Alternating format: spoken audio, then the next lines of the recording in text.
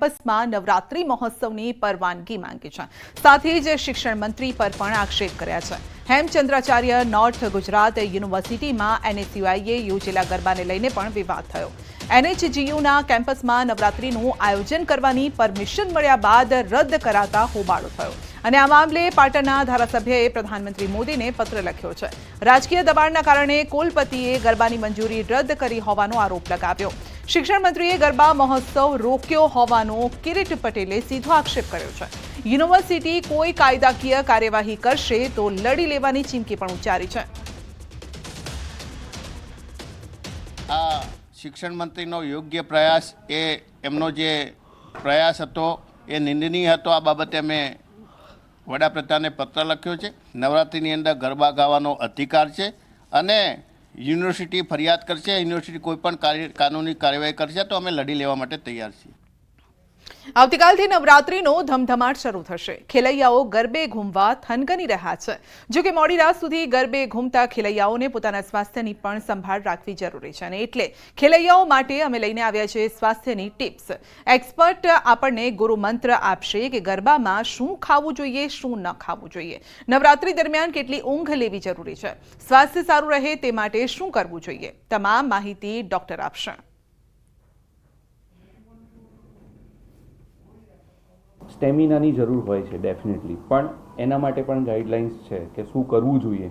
જેમ અત્યારે તમે જોવા જાઓ કે યુવાઓને ઘણા બધાને હાર્ટ એટેક આવી રહ્યા છે, તો જે દર્દી અથવા કે જે પણ વ્યક્તિ હોય જેને કોઈ પણ બીમારી ના હોય અને જેની ઉંમર 35 વર્ષથી ઓછી હોય એ લોકો નોનસ્ટોપ ગરબા રમી શકે છે। એ દરમિયાન સ્ટેમિના માટે યુઝ્યુઅલી હાઇડ્રેશન લેવલ મેન્ટેન કરવું જોઈએ।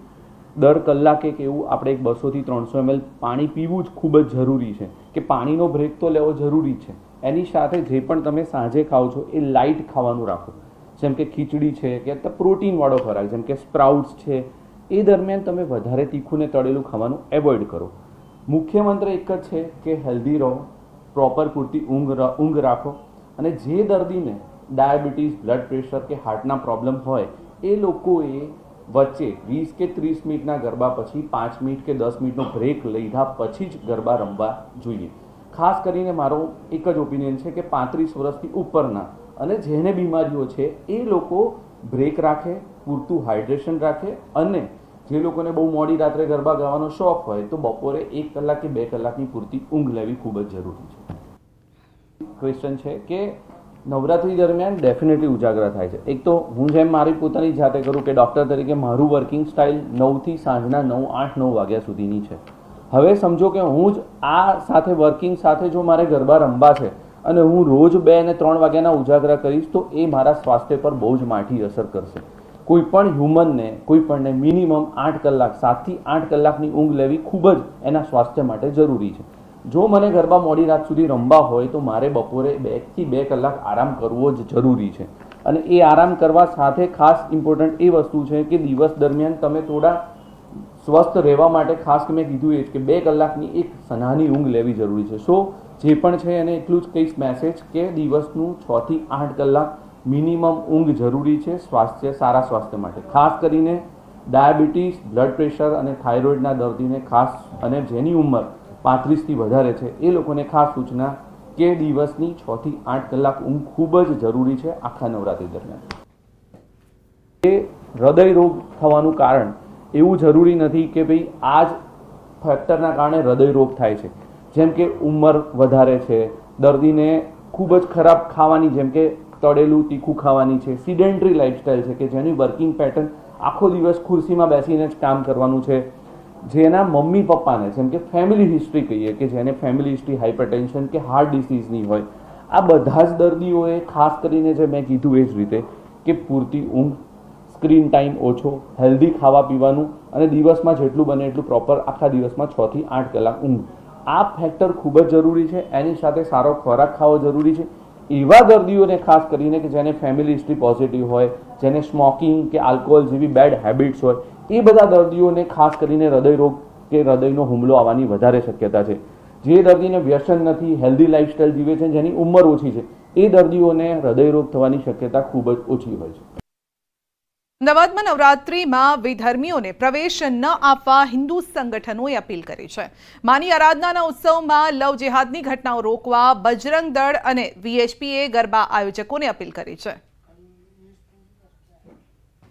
આ વખતે પણ અમે હોટલ માલિકોને અને પાર્ટી પ્લોટમાં જે ગરબાના આયોજકો છે તેમને બધાને અપીલ કરીએ છીએ કે આવતીકાલથી માના જે નવરાત્રા જે શરૂ થઈ રહ્યા છે તેમાં કોઈપણ વિધર્મી ન પ્રવેશે. કોઈપણ સંજોગે એ બોડીગાર્ડ, સિક્યુરિટી ગાર્ડ, બાઉન્સર કે કોઈપણ કલાકારના સ્વરૂપમાં કે રમવા જાય એવી કોઈપણ પ્રવૃત્તિ ના થાય તે માટે સચેત રહે.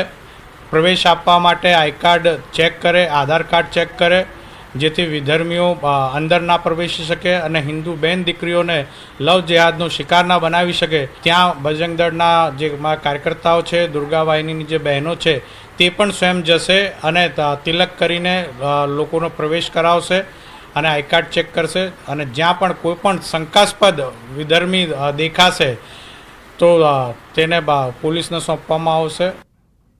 બુલેટિનમાં અત્યારે બસ આટલું જ. રજા આપશો. નમસ્કાર.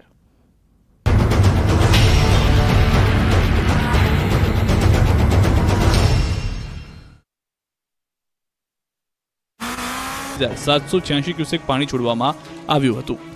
સરદાર સરોવર ડેમ પૂર્ણ સપાટી 138.68 મીટર સુધી છલોછલ ભરાયો. ડેમમાં હાલ 82,408 ક્યુસેક પાણીની આવક છે. ડેમમાંથી હાલ 5,000 ક્યુસેક પાણી છોડવામાં આવી રહ્યું છે. ડેમમાંથી મુખ્ય કેનાલમાં 4,364 ક્યુસેક પાણી છોડવામાં આવી રહ્યું છે. ટર્બાઇન મારફતે 40,930 ક્યુસેક પાણીની આવક છે. આ પાણી રાજ્યમાં 1 વર્ષ માટે પીવાના તથા સિંચાઈના પાણીની જરૂરિયાતને પૂર્ણ કરી શકશે. રાજ્યમાં નવરાત્રીની ઘડીઓ ગણાઈ રહી છે ત્યારે નવરાત્રીમાં વરસાદ પડશે તેવી આગાહીઓને લઈને ખેલૈયાઓ ચિંતાતુર બન્યા છે. પરંતુ હવે ખેલૈયાઓ મન મૂકીને ગરબે ઘૂમજો. નવરાત્રીમાં વરસાદ વિલન નહીં બને. હવામાન વિભાગે ખેલૈયાઓની ચિંતા દૂર કરી છે. હવામાન વિભાગે આગાહી કરી છે કે રાજ્યમાં આગામી 2 દિવસ રહેશે વરસાદી માહોલ. 2 દિવસ વિવિધ વિસ્તારમાં છૂટોછવાયો વરસાદ પડી શકે છે. જોકે 7 દિવસ સુધી દક્ષિણ ગુજરાતના જિલ્લાઓમાં કેટલાક સ્થળ ઉપર હળવાથી મધ્યમ વરસાદની સંભાવના છે. એટલે કે નવરાત્રી દરમિયાન દક્ષિણ ગુજરાતના જિલ્લાઓ સિવાય ક્યાંય વરસાદની સંભાવના નથી. જો આગામી 5 દિવસ રાજ્યમાં વરસાદ ન આવે અને વાતાવરણ શુષ્ક રહે તો સત્તાવાર રીતે 5 ઓક્ટોબરથી ગુજરાતમાંથી ચોમાસાની વિદાય જાહેરાત કરવામાં આવશે. ગુજરાતમાં ચાલુ ચોમાસામાં સામાન્યથી 48% વધુ વરસાદ. રાજ્યમાં સામાન્ય રીતે પડે છે 711.9 mm વરસાદ. પણ આ વખતે ચાલુ ચોમાસામાં 1055.5 mm વરસાદ પડ્યો. સામાન્યથી 343.6 mm વધુ વરસાદ ખાબક્યો. હવે અમદાવાદ સહિતના જિલ્લામાં ભૂક્કા કાઢી નાખે તેવો તડકો પડવા લાગ્યો છે. મંગળવારે અમદાવાદ શહેરનું મહત્તમ તાપમાન 36 ડિગ્રી સેલ્સિયસ પહોંચી ગયું હતું, જેને કારણે અમદાવાદવાસીઓ ગરમીની સાથે બફારામાં બફાઈ ગયા હતા. રાજ્યમાં ચોમાસાની વિદાયની ઘડીઓ ગણાઈ રહી છે. સાથે ગુજરાતના દરવાજા પર શિયાળાના આગમનના ટકોરા વાગી રહ્યા છે, જેના આ દ્રશ્યો પુરાવા છે.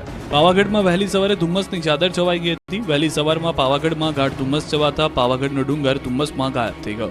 પાવાગઢ પર વહેલી સવારે હિલ સ્ટેશન જેવો માહોલ સર્જાયો. આ માહોલને સવારથી ભક્તોએ માણ્યો. નવરાત્રી પહેલા ભક્તોનું ઘોડાપુર થઈ જતા હિલ વ્યૂ સુધી ગાડીઓની કતાર જોવા મળી. મધ્યપ્રદેશના માઈ ભક્તોની નવરાત્રી પૂર્વે પાવાગઢથી જ્યોત લઈ જઈ ઘટ સ્થાપના કરવામાં આવ્યા છે. નવું ધાન્ય માતાજીને અર્પણ કર્યા બાદ જ ઉપયોગ કરવાની પરંપરા છે, જે કારણે ભક્તો ઉમટ્યા હતા. હિલ સ્ટેશન જેવા આહલાદક વાતાવરણમાં ભક્તો ઉમટી પડતા પાવાગઢ ડુંગર માતાજીના જયઘોષથી ગુંજી ઉઠ્યો. માઈ ભક્તોએ વાતાની સાથે ધુમ્મસ ચવાતા વાહન ચાલકોને હાલાકી ભોગવવી પડી. 3 દિવસથી વરસાદી માહોલ જામ્યો છે ત્યારે મહેસાણાના વડનગરમાં વહેલી સવારથી ચોતરફ ધુમ્મસવાળું વાતાવરણ. વડનગર પંથકમાં છેલ્લા 3 દિવસથી વરસી રહેલા વરસાદે વિરામ લેતા નગર હિલ સ્ટેશનમાં ફેરવાઈ ગયું. નમસ્કાર, આપ જોઈ રહ્યા છો ગુજરાતની number 1 news channel news 18 Gujarati. આપણું ગુજરાત સાથે હું છું સિદ્ધાર્થ ધોળકિયા. મહત્વના સમાચારથી કરીએ શરૂઆત. નવસારી અને ગીર સોમનાથ પંથકમાં 4 દિવસથી મેઘરાજાની સટાસટી યથાવત. રાજ્યમાં ચોમાસાની વિદાયની ઘડીઓ ગણાઈ રહી છે ત્યારે જતા જતા મેઘરાજાએ દક્ષિણ ગુજરાત અને ગીર પંથકમાં ધબધબાટી બોલાવી. સતત 6 દિવસથી નવસારીમાં વરસાદ સટાસટી બોલાવી રહ્યો છે ત્યારે મંગળવારે પણ નવસારીમાં સમી સાંજે મેઘ સવારી આવી પહોંચી.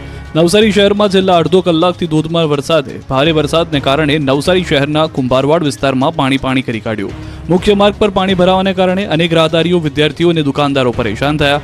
મુખ્ય માર્ગ ઉપર ટ્રાફિક જામ થયો. પાણીનો યોગ્ય નિકાલ ન થતા પાલિકા સામે લોકોનો રોષ જોવા મળ્યો. આ બાજુ ગીર પંથકમાં પણ મેઘાએ જમાવટ કરી. ગીર સોમનાથ, વેરાવળ અને તાળાળા નજીકના ગ્રામ્યમાં મેઘરાજાએ ધબધબાટી બોલાવી. સતત 3 દિવસથી વરસાદ વરસી રહ્યો છે. અસહ્ય ગરમીના બફારા બાદ પવન સાથે ભારે વરસાદ પડ્યો. વેરાવળના ખંડેરી, લુભા, માથાશુરિયા, કોડીદ્રા, ભેટાળીમાં વરસાદ પડ્યો. આ બાજુ ગીર સોમનાથ સૂત્રાપાડા તાલુકાના ગ્રામ્ય વિસ્તારોમાં વરસાદનું આગમન થયું. સાંજ પડતા જ અચાનક શરૂ થયો ધોધમાર વરસાદ. અનરાધાર વરસાદથી રોડ પર પાણી ભરાઈ ગયા. સૂત્રાપાડાના ગ્રામ્ય